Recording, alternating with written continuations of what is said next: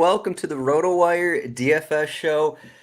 This is it, the World Cup final, Argentina, France. I'm Adam Zdroik, joined by Ryan Belongia and Jack Burkart. We got a three-person show to discuss the biggest match of the year, the biggest match of every 4 years. Ryan, we it's been, I don't know, a week since we last talked. How has it been going for showdowns? I guess you'd mentioned before the show what happened in the France game, but just overall, how have showdowns been going for you throughout the tournament? Not great, to be honest. I guess these last, I've taken, I've tried to go more contrarian in a lot of these showdowns. But as far as these two recent ones, I told you guys before the podcast, I took a stand and I made 30 lineups in the main GPP and for the France game, and I had 0 Theo Hernandez. So, when he scores right away, that's one of those times when you sort of just close your laptop and, yeah, I don't know. But the other match, Argentina and Croatia, I played a bunch of subs because, of course I play subs, and they score 3 goals right away. And, all those lineups are dead. That's another thing where, like, after the games, you think to myself, am I just throwing money away? Because that Argentina game, sure, I can talk about that too. I think I had like 2 or 3 Julian Alvarez out of 30 lineups. And that's because I'm playing a bunch of subs. You know what I mean? So, like, I'll make an argument for it, though.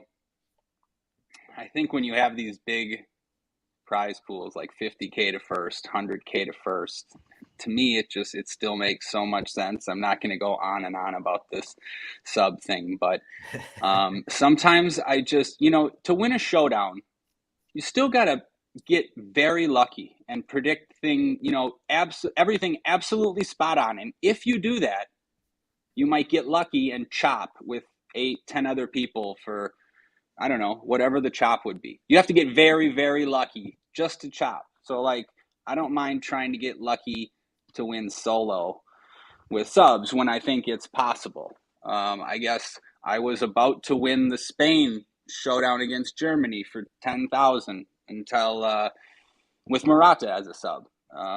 Like a comfortable win. And then Folkrug or whoever scored in the 85th minute, and I didn't. So it could have been different. It could have been a very profitable tournament for showdowns, but instead I've been getting crushed on showdowns for the most part. I've tried to fade chalk and on showdowns where I don't play subs. I try to fade some of the chalk, and that doesn't work all the time either. So I'm just playing a higher variance style, and I'm not like, I wouldn't be doing that necessarily if I hadn't won the king of the pitch and then won those first 2 slates for another 40K. So, like, when I have some extra money like that, I take more chances, whether right or wrong. Mm-hmm. Yeah. Yeah, I can't say I've had success with playing subs either. Jack, I think you said before you kind of avoid that. I actually played Di Maria in the last Argentina match. I don't even know if he came on in that game. So that's just kind of, I don't think he did. Yeah, that's just kind of the dice you roll here when you're playing subs. If they score and they don't need someone like Di Maria, then he's not going to come on. Right, I had 3. So, like, am I the worst DFS player there is? Listen, I had 3 Kingsley Coman in that semifinal game and 0 Theo Hernandez. Coman didn't even see the pitch. So sometimes you look pretty stupid. Jack, have you dabbled at all with substitutions here in the last couple? I really don't. I don't have any trouble building bad showdown lineups that aren't going to win anyways, usually. But it's just not something I'd ever really consider because, I'll play 20 lineups and I'll run all my ideas through, and then I captain my goalies, and I'm usually out of lineups at that point, so I don't see it as necessary. I'm writing the article for this particular showdown, and it's, again, tough to get me enthused about a substitute goal. I have a few maybe other gigabrain tactics, but you just don't know who's going to come on for when, especially on the France side. And then on the other side for Argentina, Di Maria is quite expensive. And Lautaro, I hate him, so I refuse to, but that might be a reasonable route. I think sorry, Jack, to interrupt. I just want to say, I think Jack is probably correct. Just overall, I've definitely been forcing it. I don't want to like oversell people on this idea. There's spots when it's like a really good option, when you know who's going to come on and when you have a pretty good idea who's going to be optimal and what they're going to score. It's a lot different in this World Cup. I've definitely been forcing it, and you waste money and you waste lineups just guessing a lot. So I think Jack's probably more on the right path. Yeah, for me, I don't know. I'm not some genius, but I'd just rather pray that, Christian Romero scores a goal instead. Right. That's just as absurd, and at least I know he's on the field. So that I like that, but I mean, if in Showdown you have to be willing to lose a lot at the same time. So if you play even slightly contrarian in Showdown, you can just completely brick a slate just by how thin those margins are. So it's just them's the breaks sometimes. Got to play for first. I think this slate, because we have Messi and Mbappe, I think we don't have to be that much different. But because it would be easy to be different. But we'll get into it here. So the odds for this one, pretty much even. When was the last, I don't know, final big game like this where France and Argentina basically have the same odds to win? Just something you don't normally see. So that makes this even more fun here. Implied goal total 2.35. Both teams are sitting, 1.17, 1.18 to score. The big thing for when I was looking back at final results, teams tend to play a little more tentative. And so 5 of the last 10 World Cup finals, there's been 1 goal scored or fewer in regular time. So that's kind of going into these odds. But first thing we have to look at is the lineups. Argentina, as we're looking at the lineups and the injuries, Argentina have nothing to worry about, at least from what we're finding here. And it came out today. A bunch of players missed training for France. I believe it was Varane and Varane and Konate both had an illness. Konate's illness is worse than Varane's, so we removed Konate from the projected 11. Upamecano back in there. And then Hernandez missed training on Friday with a knee issue. Tchouaméni missed training on Friday with a hip issue. We'll see what happens, but it is Friday. We're 48 hours ahead of the start time, a little less than that. So the thought is Hernandez will be fine. We'll see about Konate, but otherwise, Rabiot will probably be back from his illness. He didn't start the midweek match. Tchouaméni should be fine unless this hip issue is worse than it appears. But we'll get more notes coming into Saturday. But Ryan, does any of these possible absences change things here? Are you worried about anything? I know Konate played really well in their last match. Does it change anything for you if Upamecano is back in there for Konate? Nope, doesn't change anything for me. I think all those France center backs are basically the same. I mean, they can all be the best on any given day, so they're all really good. So no, not in that sense. If Tchouaméni and Rabiot, if they didn't play, that's something that changes things. I mean, both of them have been really good. Tchouaméni especially controlling midfield. I think that might change things a little bit. I don't know. What did you say? Does it seem like they're going to play? It seems like it. Rabiot, I mean, his tag is still from the illness he had midweek, so it's considered he'll be fine. So yeah, you figure they'll be back. It's the World Cup final, right. If they have like minor issues, they should be fine unless they're, they wake up and they're still throwing up, which I don't know, may have been what Rabiot was doing the other day. So, yeah. Well, if Theo Hernandez doesn't start, Camavinga might be playing left back in his place, and that kind of opens up a free square for cash games, I guess, just because you'll probably need to punt. And I don't know how that'll affect things tactically as well, but that would be a pretty extreme change for DFS purposes, at least, I think. So you mentioned, yeah. No, Jet, that's a great point to bring up. That would change everything, obviously. It's just such a big price difference. You could lock Camavinga in for cash games. Jack, you mentioned before the show, for cash games, you're looking to just plug in the 3 guys, Messi, Griezmann, and Mbappe. and punt on the rest. Yeah, dare I say, cash seems straightforward on this slate, but I I was looking at other options of like who are the best plays, and like Griezmann, Messi, and Mbappe, I think have the best floors and ceilings. And if I fade one of them, I'm just not sure what 2v2 I gain from that, because a lot of the mid-price players, maybe they're fine tournament options, but they don't really offer much in a floor. So I definitely want to play all three of those guys. The take that I have that might not be controversial is I don't think I want to captain Messi in cash games. I think Griezmann is a close enough play at 2,000 less in price, and that allows me to improve two of my flex spots enough that I prefer Griezmann to Messi as a cash game captain. I mean, Griezmann's been fantastic. Messi has been scoring a ton of goals and getting a lot of assists, but I think Griezmann might have a better floor, dare I say. One thing, so maybe that's one thing. I think France maybe should be slight favorites and not a pick 'em as well. So maybe I'm a little bit biased. But for me, I lean Griezmann captain in cash games, and I just don't really see a productive route to fading what I'll call the big three in cash games. But what do you all think? I mean, I just honestly could end the podcast pretty much. I agree with like every word that We got Jack 50 said. minutes to go. Yeah, literally every word Jack said, I agree with. Griezmann has been amazing. Our good buddy, I saw Andrew Laird tweet out that he's been the best player in the World Cup. It's hard to argue with that. I mean, he was unbelievable the last two games, and good for fantasy as well. You can captain Griezmann. Definitely playing all three of those guys. I agree that France should be slight favorites. Everything Jack said. Okay, well, I guess I have to be different here. You got to be different. I'll take the same route that I said for the last France game, where I don't think you need to play Mbappe. I mean, it's happened the last two matches. I don't think this is a spot where Mbappe is a must. Like when we're plugging in these three high end guys, you're left with two center backs. Is that what you guys are coming up with? Two center backs in your lineup?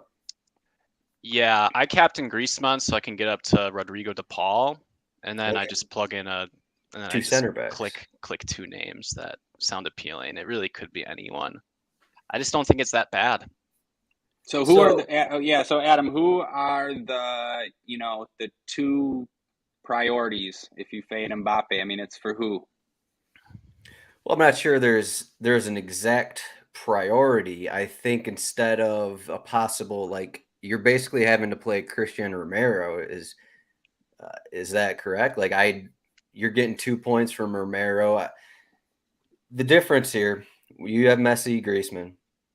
You can have four guys who have pretty safe, like 5 to 8 point floors throughout the tournament. You have guys like Enzo Fernandez, Rodrigo de Paul, Rabiot, Chouameni.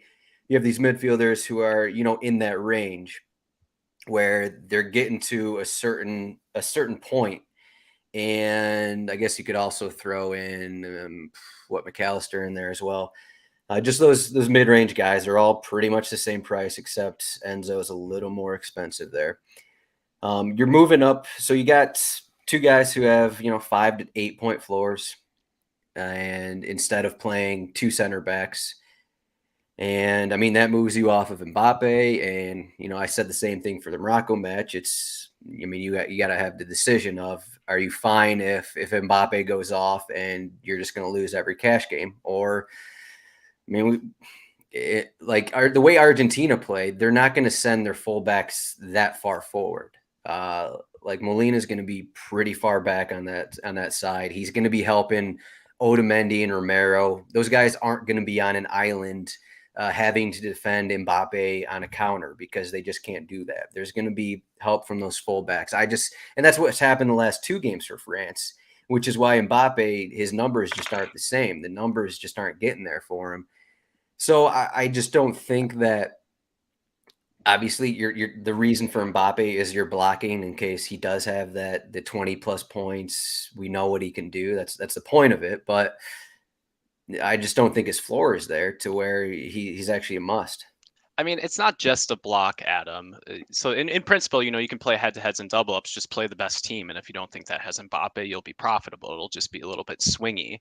But even when Mbappe gets a game where it's only like 3 shots, just to play devil's advocate, he's still basically on the level of like of an Enzo or a McAllister, whoever you want to play in there. So you really don't lose much. So my problem with I've done this before. I've like faded a really good goal scorer who doesn't have the best floor, like a Harry Kane and Tottenham Showdown cash, and I just don't get the points from the other spots that allow me to consistently win when Kane doesn't go off. So because of that reason, like it's just tough for me to fade him because I don't feel the opportunity cost even if he only gets 6 points, even at that price tag.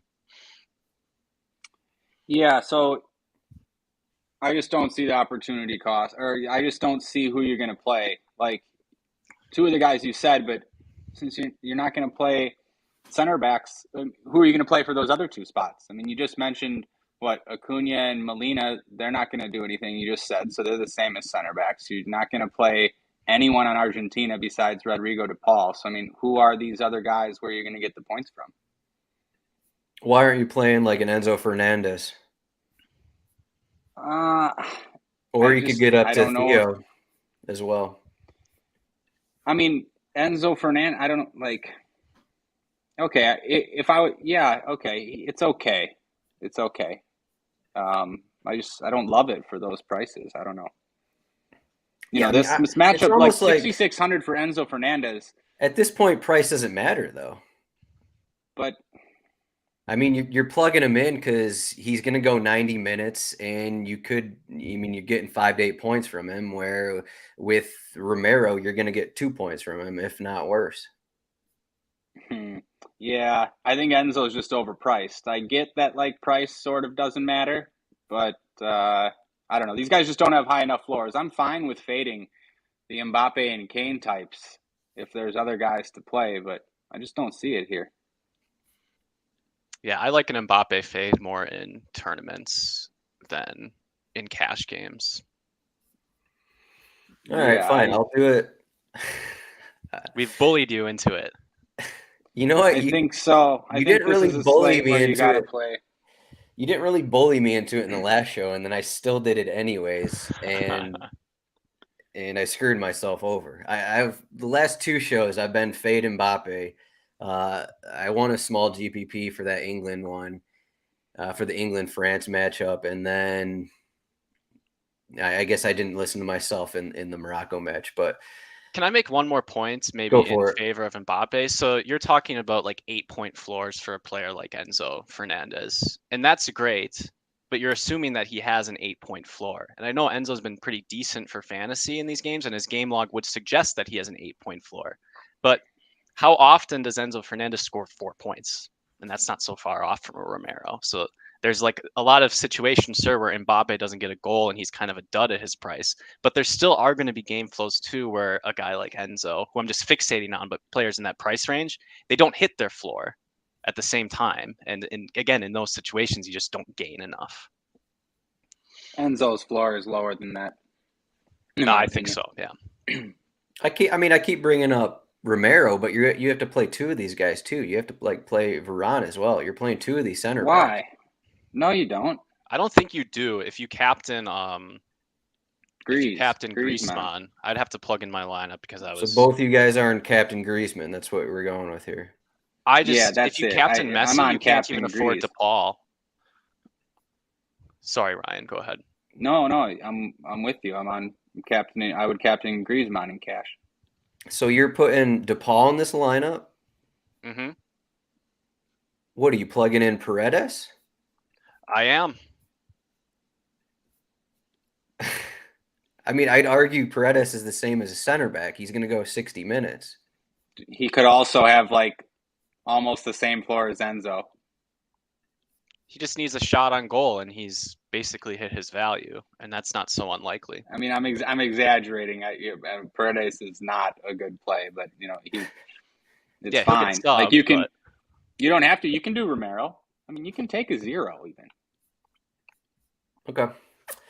So I guess for percentages here for cash games, do we I'd still think that Messi is the most popular captain in cash games.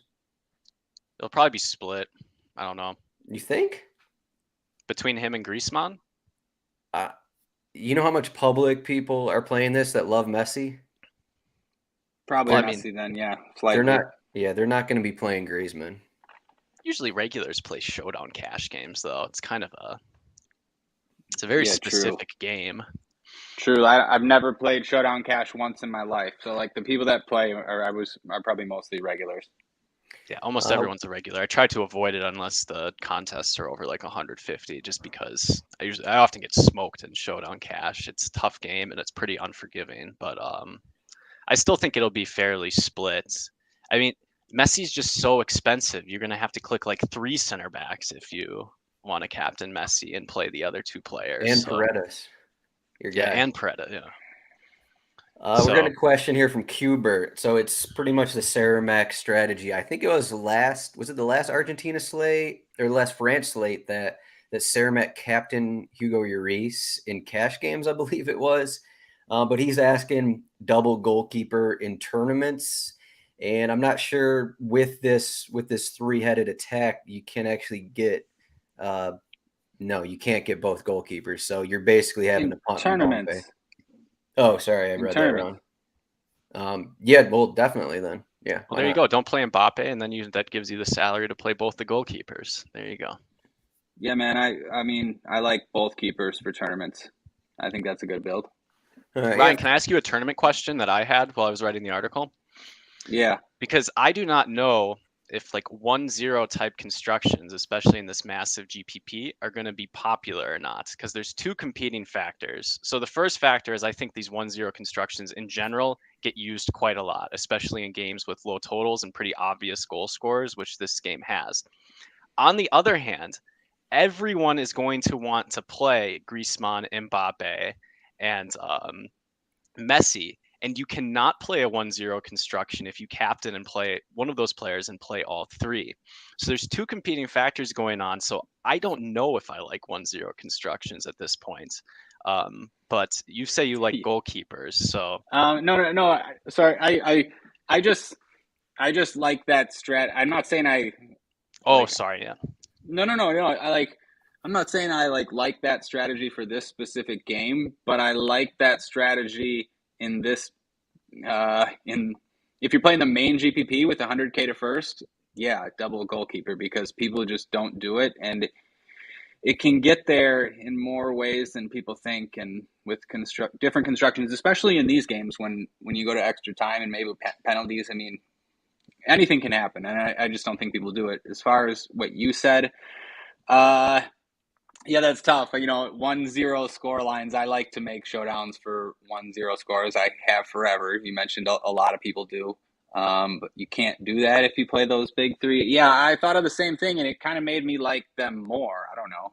Not necessarily more, but if I don't know, were you saying you think people are going to do that or no? Like I thought maybe not because it's tougher, or not as much because it's tougher.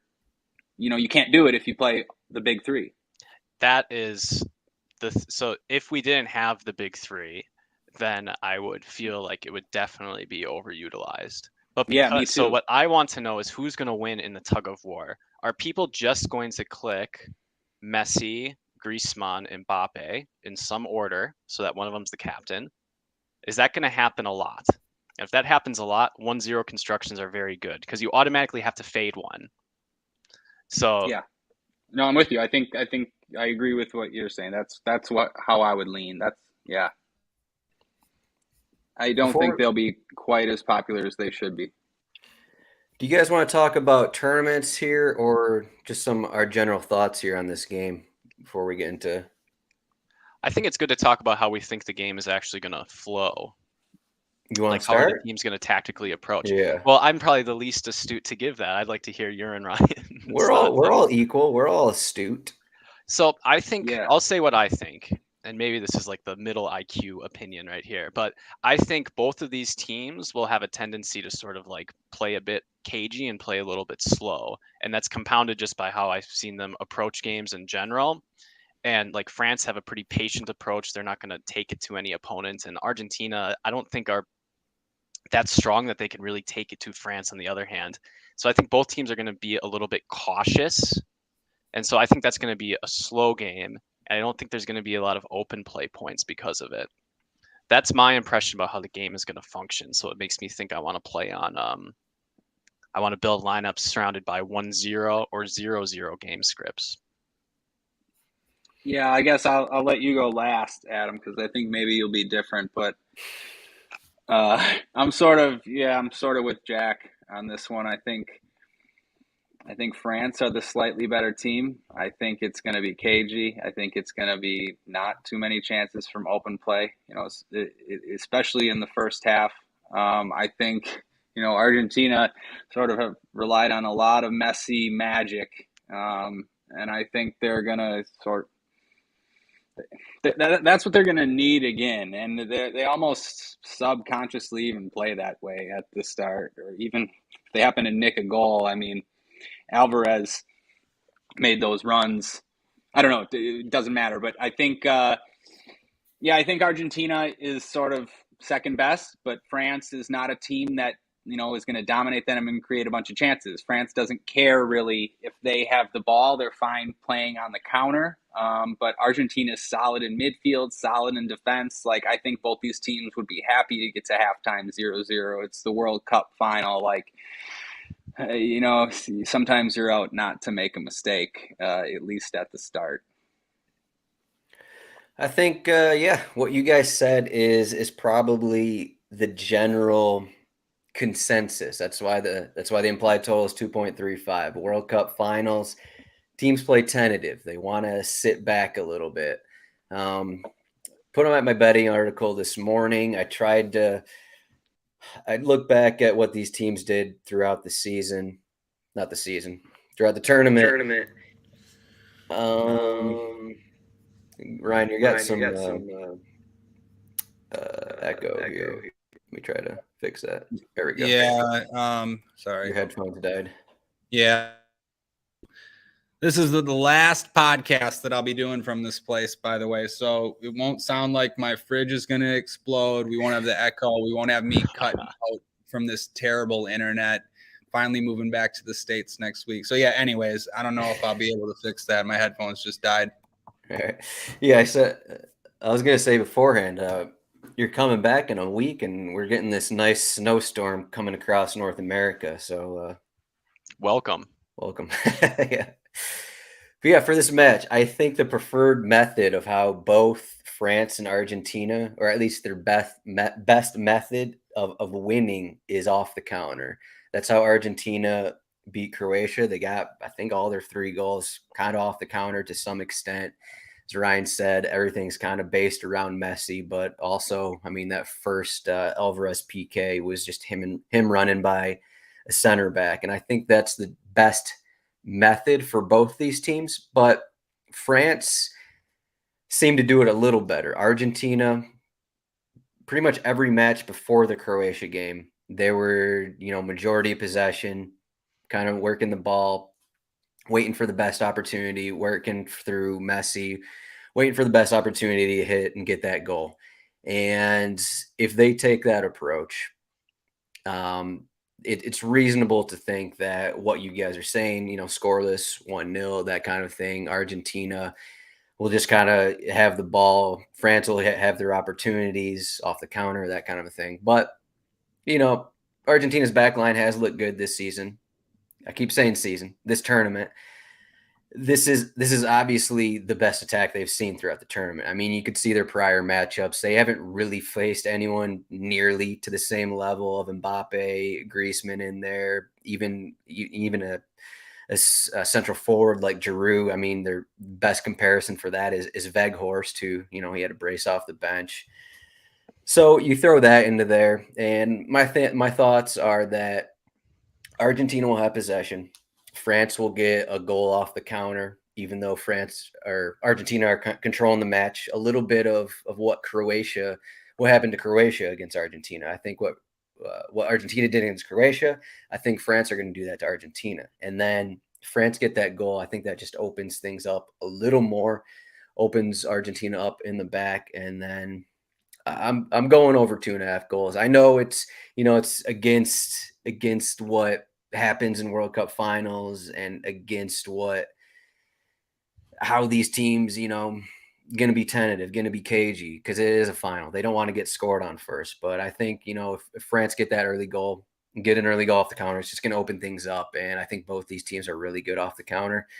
So I'm thinking there's going to be goals. Ryan, you're I don't know what you think about this, but I think you maybe don't agree with what I just said.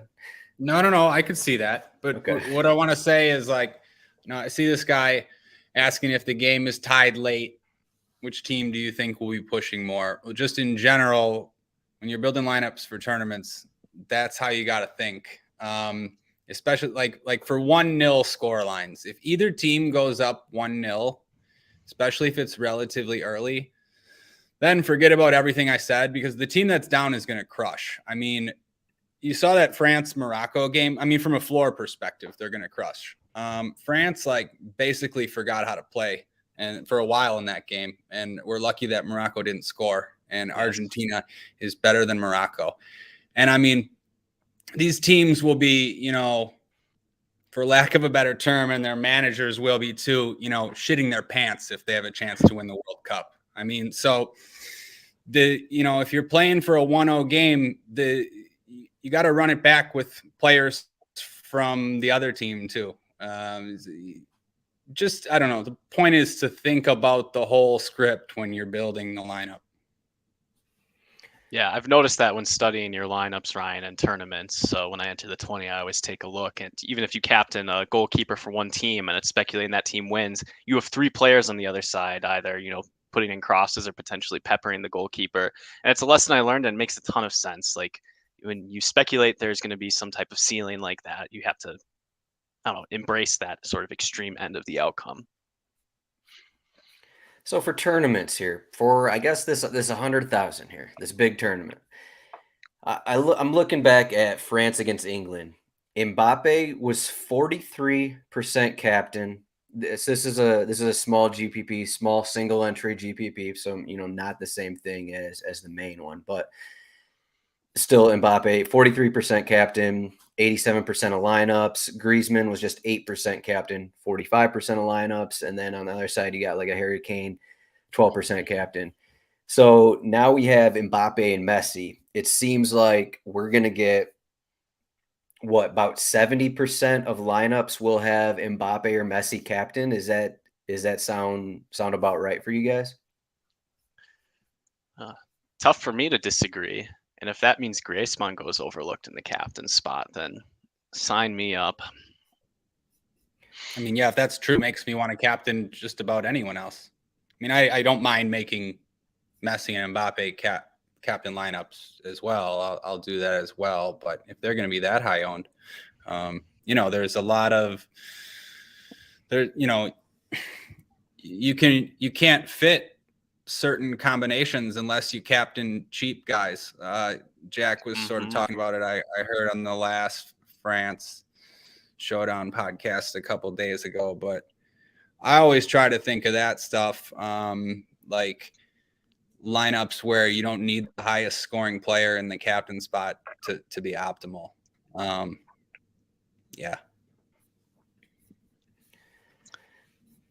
Yeah, and I think there are players that in the mid-range that you can captain. So my inclination in tournaments is that if I captain one of the big 3, I max 2 of them, because you're going to get duped and you're going to get funneled into this like 3v3 at the end with, and who knows, I think it has bad equity to win. But if you're willing to captain Rabiot or DePaul or a center back, well, now you're cooking. Now you can play all 3 of those players. Hope whoever you're captaining does anything, and you have the 3 best plays, and it won't be a popular captain either. So in big tournaments, I like that strategy quite a lot. Yeah, there's a script that happens a lot. Well, not a lot, but with pricing like this, where you look at this mid 5K range, DePaul, Rabiot, Tchouaméni. Yeah, there's certain scripts where they only need an assist and maybe to finish with 11 or 12 points, and you can have a bunch of other guys score 20, and they can end up as the optimal captain. So yeah, something like that I'll be looking at to fit all of the studs. But yeah, I like what Jack said. If you're going to captain one, it's tough to play the other two. I mean, you can't captain in a 16,000 person tournament. You cannot profitably captain Griezmann and then play Messi and Mbappe and then just gamble on the 3v3. There's just like not enough combinations to make that worthwhile. Right. I mean, unless like, I guess just to play devil's advocate, unless you said, well, like those guys are just for sure scoring 20 plus points and everyone else is scoring under 10. I mean, if you're going to make that argument, but yeah, I agree with you. It seems tough. Well, then it might not even be if we all knew that was happening, it might not even be profitable. Right. It might not even be profitable. You're right. But I guess what I'm saying is since it's 100K to first, a chop necessarily isn't that bad. I'm just trying to figure out, there's like there's not even like bench guys that are below 5K that you even want to play. There's not a ton of ways to get different if you play the top three guys here. Is Benzema going to play? I don't think so. I highly doubt it. Did you see that? I mean, I saw he's available for selection. Is he like actually going to be on the bench? He's not in the player. He's not in the player field, so we can't even use him. Okay. Man, I didn't notice that. Okay, well, never mind then. I mean, he's not going to start, so this isn't going to matter. No, of course he's not going to start. How was that? Yeah, okay. Yeah. Yeah, if you go with these three guys, I mean, what is the cheapest bench guy that you would even be considering, Ryan? Is it Coman again? Well, no, go back to the well. Just like I got to check on Benzema. I swear I saw that Benzema might be on the bench, and I'm just saying if that's the case, I think he would be like too popular as a sub. And then it would make me not want to play the other France guys because like if Benzema was on the bench, he'd come on. He would come on, I would think. But I don't know. I'll have to check on that. He's not in the player subs is tough in this one. I think, Adam, you mentioned Di Maria. For that price, like you need your sub to score a goal. I'm not saying Di Maria can't, but I played Lautaro. I've been playing Lautaro. Jack won't like to hear that, but Lautaro, man, I don't know how he hasn't scored. I mean, multiple times he could have scored multiple sub goals in a bunch of these games. So I'm looking for a guy that's going to score and for sure going to come on. I don't mind Lautaro if you want to take a chance. France is tough. You have no idea what you're going to do. Like maybe I'll play one Coman just because I'm stubborn and nobody's going to play him. But I don't know. I'm forcing it because it's 100K to first. Subs are not the optimal move in this matchup. But, just to, expand on why I was doing it a little bit, I thought, there's decent chances these games go 120 minutes, and we've seen a lot of these subs play 60 minutes. We've seen subs play 90 minutes. So there was a few reasons why I thought they were pretty good plays, actually. But for this match, you're really forcing it. It's tough. Yeah, I mean, Adam, there's no one. There's no, like, cheap bench players. I don't know. Yeah, I do not like Lautaro. It's just a tilt thing. Man, but in my article, man, I know. In my article, I say I'm probably not going to sub goal, but if I did, I think he's probably the best option. I feel in most game scripts he's going to be subbed on, which that feels good. I feel good about that. Like Di Maria, if Argentina are winning or something, well, you would play Di Maria if you speculate like France have a goal. I think Adam made this point in the previous podcast, so just parroting that point right there.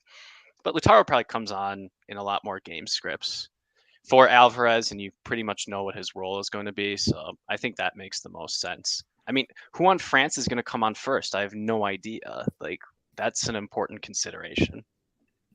Yeah, I don't think that do you like. I was going to ask the same thing. That's what you want to know. And I have no idea either. Like, I thought it was going to be Coman last game, and obviously I was way off. I almost like. I think Coman would come on if they were losing, but probably not if they're winning. I don't really know what else to think. Yeah, I think they brought on what, Thuram for Dembele and then Kolumwani for Giroud.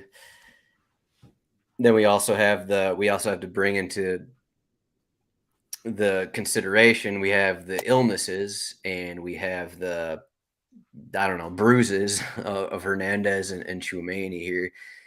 So, I mean, maybe for a guy like Rabiot, maybe he's not 100% fit to where he's going 90. So this is I don't know, your guy Jack Wendozi here. Oh man, it'd probably be Fofana, but like you don't want to bring in a defensive midfielder. But I mean, if you want to be different, you could take that route and hope he comes on for one of those defensive midfielders or something like that. Which again seems kind of crazy that we're even talking about that, but. Yeah, I forgot about that. That kind of dings the Rabiot captain. I was kind of enthusiastic. What happened? What'd you say? Oh, sorry, I had to let my little son is out in the cold out there, and I just had to let him back in. So you probably hear him upstairs. Oh, do you know actually though? I didn't think of this until last game. My son is 1/4 Argentine, so it's a big game for him. It's already his first World Cup final. Stack Argentina then. It's 40 minutes in. We needed this earlier. He had his Messi kid on last game. I mean, he celebrated when they scored. It's pretty funny, actually, that I never thought I'd have an Argentinian son. But anyways. Wait, your wife's from Spain, right? Yeah, well, she's half Spanish, half Argentinian, one parent from each. Nice. By the way, Jack, you might know this. Is it Argentine or Argentinian, or both? Can you use both? Wait, no, I'm an authority on these things, and I say you can use both. Why don't you ask your? She's not a native English speaker. She doesn't know. I think it's Argentinian. I've written that before, but I think so too. But I don't know. I've heard people say both. Huh. Anyways, I don't know how we sorry, I took us off topic a little bit. All right, Jack. So who is your goalkeeper you're going to captain on this slate? Or are you captaining both? I'm going to captain both, I think, because I think because it's so even. We don't know. Yeah, it's so even. I do think that France are a little bit more likely to have the ball and take a few more shots. So the opposite of what I said. What do you mean? Well, I was saying I think Argentina are more likely to possess the ball. Oh, France don't like to have the possession. Yeah, it's so thin either way. I could see in a situation like I kind of want to captain goalkeepers in like a 0-0 situation where maybe there's just not a lot happening and one team pushes at the end. And I think France maybe has the ability to push at the end a little bit better than Argentina. I don't know. It's all very thin and you can basically just do the mirror of what I say. So sort of like Emi Martinez as the captain for that reason. He's had a good World Cup too. Good shot stopper, I think. So, I mean, I'm a big Tottenham fan, so I promise you I'll make a Hugo Lloris lineup just for fun. Ryan, we talked a little bit about Hernandez at the top here. I kind of think he might be a little more popular, probably too popular because people were looking at that goal. We talked about it for the Morocco show where Hernandez was incredibly captained after the first couple matches of the World Cup because people were game log watching. People are going to game log watch again, but this question is just based off of the fullbacks here. I don't want to play Acuna. I don't want to play Molina. I don't want to play Koundé. Hernandez is iffy, but if he's going to be popular, I don't know if I want to play him either. I'm with you, man. I mean, obviously that's sort of what I was thinking on the last slate when I didn't play him at all. I checked the ownership, and even after he had the dud the game before that, he was actually more captain than Lloris. and more owned than Lloris. And I couldn't believe that. I mean, I love keeper captains. They were the same price. Keeper captains in this game are great too, whichever one you want. Theo, yeah, I mean, I'm going to have to be under again, obviously. I don't think this is a spot where he's got a huge floor in him, and he's going to be popular just because of what he's done, or at least relatively popular. I know if he wasn't going to be, then I think it'd be an okay play, because for me, it's tough to play him in that range. Like, I look at lineups and I think, oh, like, he's too expensive. I mean, it's tough to play because of the salaries on Mbappe, Messi, Griezmann. So like, he actually should be a good play because people should be off him, but they won't be off him. So I'll fade him again, probably, for the most part. And, you know, when he scores the goal, then back to thinking about life and shut the laptop off, you know? Yeah, I don't know. It's just there's a lot of game log watching, because we said this after before the Morocco match, and we were just looking at the percentages on Hernandez. But I mean, you look at the percentages for Hernandez in the Morocco match, and he was, I mean, depending on what tournament you're looking at, I'm just looking at a small GBP here. He was sub 3% captain, and which is crazy. I mean, your Reese was 1.1% in this contest as well. But I mean, now people are going to look at the game logs. They're going to click on him and be like, oh, he had 20 points. So, and he's Slam cheaper. dunk. So I'm going to captain him. It's just really hard to read, because it seems like people are just looking right at the last game and just going straight off that, no thoughts of anything else. So, I mean, if Hernandez is sub 3% captain, I would captain him a ton, but because he scored, maybe he might be 10% and be looking stupid when we have him captain and he does nothing. So I think Hernandez might be the fourth most popular captain. Like, I think he might get captain more than Giroud, which seems I would prefer just to, if I knew that going into a slate, I would just want to captain Giroud in that case. So I don't know. Maybe that's wrong though. Ownership is tough. well, you look at it, Giroud, he didn't score last match. People aren't going to captain him. Yeah, there you go. He stinks. Yeah, they're going to look at that. Giroud, what? Let's look at his game logs. He was 12% captain in this tournament, about 50% of rosters. Before that game, he was coming off back-to-back goals. So now people are going to look at this and be like, okay, well, he didn't score last match. I don't want him anymore. Now Giroud's going to be sub 5%. It's just so, I don't know, so fickle. So I don't know what word I want to use, but Are people going to captain Dembele? No way. And I like it. I mean, if it's 70% Mbappe and Messi, all these guys are going to be almost, sub 5% captain. It's like we can win with any of these guys. If one of these random guys scores and they're sub 5% captain, and you guys are going with the 1-0 build, just plug in the goal scorer with, the high end guys and get the winning goalkeeper. And I don't know how many people are going to be like that. I don't think that many. Yeah, I think my favorite type of lineup is I captain Griezmann, because I think he's going to be under captained for his role. And then I want to play like Giroud as a flex or Dembele as a flex, and then, fill in the rest of the stuff. You put the goalkeeper, have Messi on the other side. I haven't really tinkered with all the combinations. It's just for this reason. I think those two guys are going to go overlooked. And if you want to swap and put Dembele on the captain, I think that would be good as well. Putting Dembele in the captain seems like a Ryan move, though. So do you like Dembele in this spot, Ryan? He's been frustrating. Yeah, that's kind of a Ryan move. Yeah, I do like Dembele in this spot. I mean, he's the cheapest of all the attackers. I think he's a great player, and I think he could score. So, I mean, if he's not going to be captained, just all lines up. I don't love him or anything, but just based on what I said, the cheap price, and I think he's similarly likely to score in a game like this. Is, it's in a game where there's might not be a lot of chances, and especially a lot of clear-cut chances. It just takes, it's just one anything. So yeah, I like Dembele.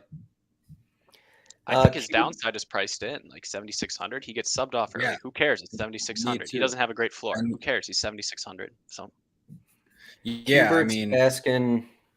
Kubert's asking about Lautaro Martinez. I think it seems like Lautaro is going to be coming on no matter how the match is going. At least that's what it seems like. So, Yeah, seems like Lautaro is going to come on no matter what. Obviously, or not. I think he would come on sooner if they're losing. But yeah. One question here. So on previous Argentina showdowns, Argentinian showdowns, I think most of them have been Messi captain has won them. Maybe there is a time, Alvarez got a couple goals. Maybe his captain won one of those. But for the most part, Messi's getting to his number. He's getting between 20, 30 points every game.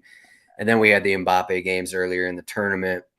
Do you guys think that it's going to be one of those guys to take this down, or is it something else? Or is it something else? I mean, no, that's a good thing to bring up because we're talking about these other captains, but in some of these other recent showdowns, I was actually talking about this with a couple of my friends, and they both said like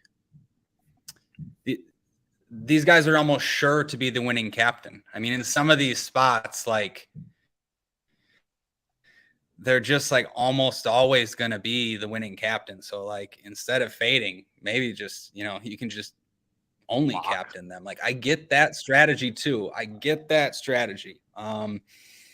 But yeah, I don't know. To your point, like I don't think this game, I don't know. I think this game's it's going to be a little bit different.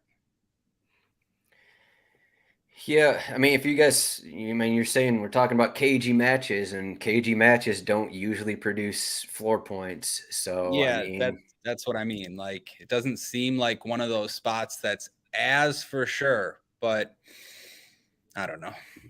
I almost like just go with one of those guys, and then instead of using them both, just fade the other.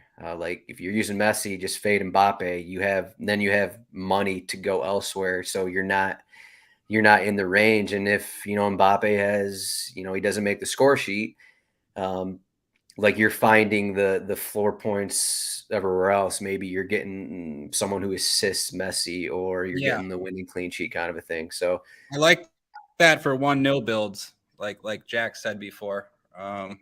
Definitely, you get Mbappe or Messi to score the goal and finish with 25, and get the goalie and a defender, and yeah, I like that.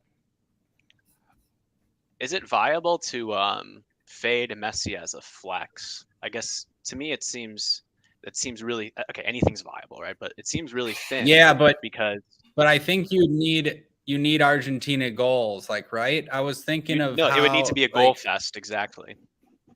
Yeah, if you need Alvarez, you need to fade any of these high price guys, like you can for sure. You just need goals. So like from any of the expensive guys. But yeah, other than that, I don't think you could fade Messi in the flex. It would have to be you need goals from even if Alvarez and 2 expensive France guys. Because look, you can only fit 3 of these guys. So you need one of those other guys to outscore Messi. I don't know. So it has to be a goal. Kubert's asking, how about a 4-2 game like the last World Cup? Yeah, it's kind of what I mentioned with my thoughts on the match. Yeah, I know. I think that could happen. Yeah, I mean, I don't think this is. I guess you could say this about any game. You could say any game could be scoreless. It could be 1-0, or there could be goals. I mean, obviously, those are the possible results. So that's kind of what it comes down to. Right, but a game like this will change so much more if one team scores. If there's an early goal or not, will change so much more than like a Premier League game would or a Champions League game would. So. All right, do we miss anything? Have we talked about I don't know, 50 players for these teams?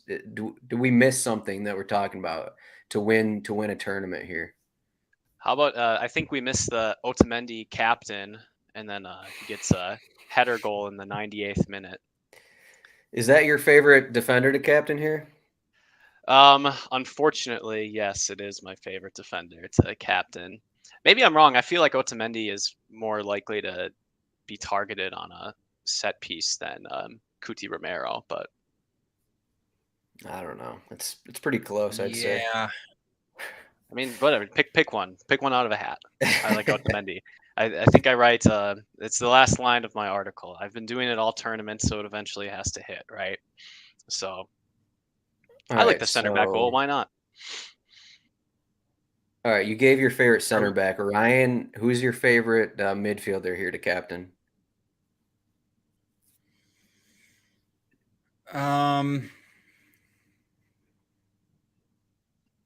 Rabiot.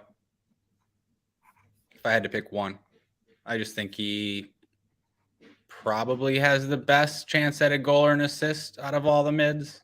Again, I'm not necessarily right about that. That's what I'd be looking for, though. Which one has the best chance at a goal or an assist? Mm-hmm. All right, I mean, who would it be from Argentina? I obviously not Paredes, Enzo, McAllister. All three of those guys are there. Rodrigo de Paul probably be subbed off earlier because he's dealing with a muscle issue. Fernandez seems like the guy who's going 90 every game. McAllister has also been around there. It's really hard to. Oh yeah, sorry. I was just thinking. No, like who's more likely to score? I guess. Yeah, that's what I'm saying. It's just all those guys are kind of. I agree. Yeah, all those guys. You see them all like popping up in spots here and there, and then sometimes they'll be deeper, and then Yeah, I'd say Enzo probably plays deeper, but if they're down a goal and they're pushing, like he's not going to be. He already scored in the tournament. He's going to be there, 30 yards out, ready to take a shot. So, all right, goal predictions. Are you guys ready for this? All right, Jack. What are we predicting? Jack, you're up. I'm up. You're projecting the game here. Jack's up. To project goals, I project no goals. I project a 0-0 game all the way through 120 minutes. And this will be decided on penalties. And the GOAT will be the deciding factor. Hugo Lloris? Oh, okay. Yeah, sorry, Hugo. You already won. Wow. So is that double goalkeeper lineup? Oh, yeah, for sure. For sure. It's like a Messi captain and then do a little Griezmann double goalie, little sprinkle of whatever. That's the move. Okay. All right, Ryan, what do you got? What am I predicting? You're predicting the game here. Ryan's got a faulty connection here. We're just predicting the game and then the goal scorers. Okay. Yeah, I don't know. I mean,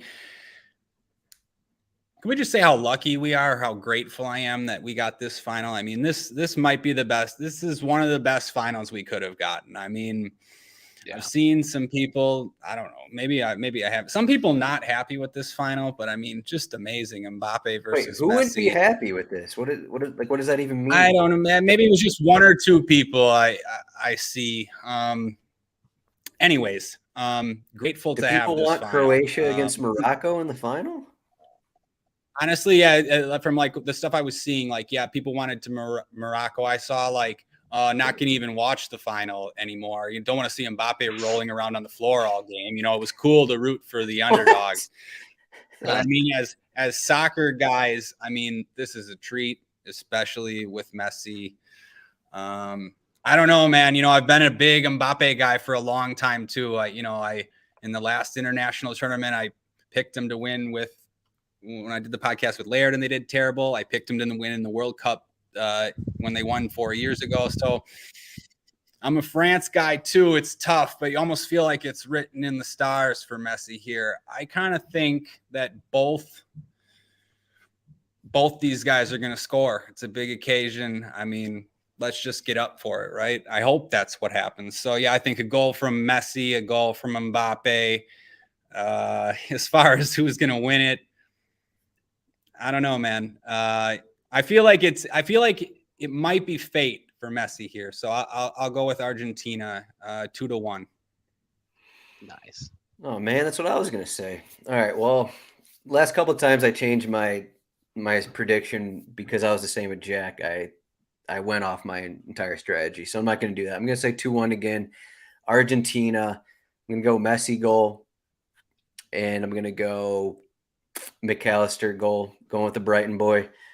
Brighton boy for a goal, and then we're gonna get. Has Griezmann scored in the tournament? No, I'll give it to Giroud. I'll give Giroud a goal, and that's where we're at 2-1 Argentina. Jack, there's been one World Cup final that went to PKs. That was 1994 at the Rose Bowl in Pasadena. So this is the second one for PKs, huh? Oh yeah, absolutely. Now I remember pencil that. in 2022. Italy, Brazil. Roberto Baggio blew it over the top of the goal. 94 USA. Yeah, I don't know. I don't know if I just wanted to say that prediction. I'm not necessarily going to build lineups like that with Messi and Mbappe both scoring, like we've talked about. I just, maybe you should. It's more of a hope that we get, a game like that for the theater of it, which I sort of care more about. I just hope we see a good game. Oh, we hit over 60 minutes. I gave the over under at 60. We're at the over, but I think that's all we got for the World Cup final. It's been I think we dove down pretty deep and discussed everything. RotoWire.com/soccer trial, free 2-day trial. The World Cup is ending, but the Premier League is back in 10 days. So like what you saw from what we're getting for the World Cup, we have all this stuff. We have all the stats. We have the cheat sheets for the Premier League. That'll be back on Boxing Day. Ryan, you can find him at Ryan Belongia. Jack is at Jack Burkart. I am at Zdroik on Twitter. And I guess, I don't know, someone will be back next week to talk the Premier League, but this is for the World Cup. Thanks, guys, and good luck at winning this 100,000. Good luck, everyone. Good luck, everybody.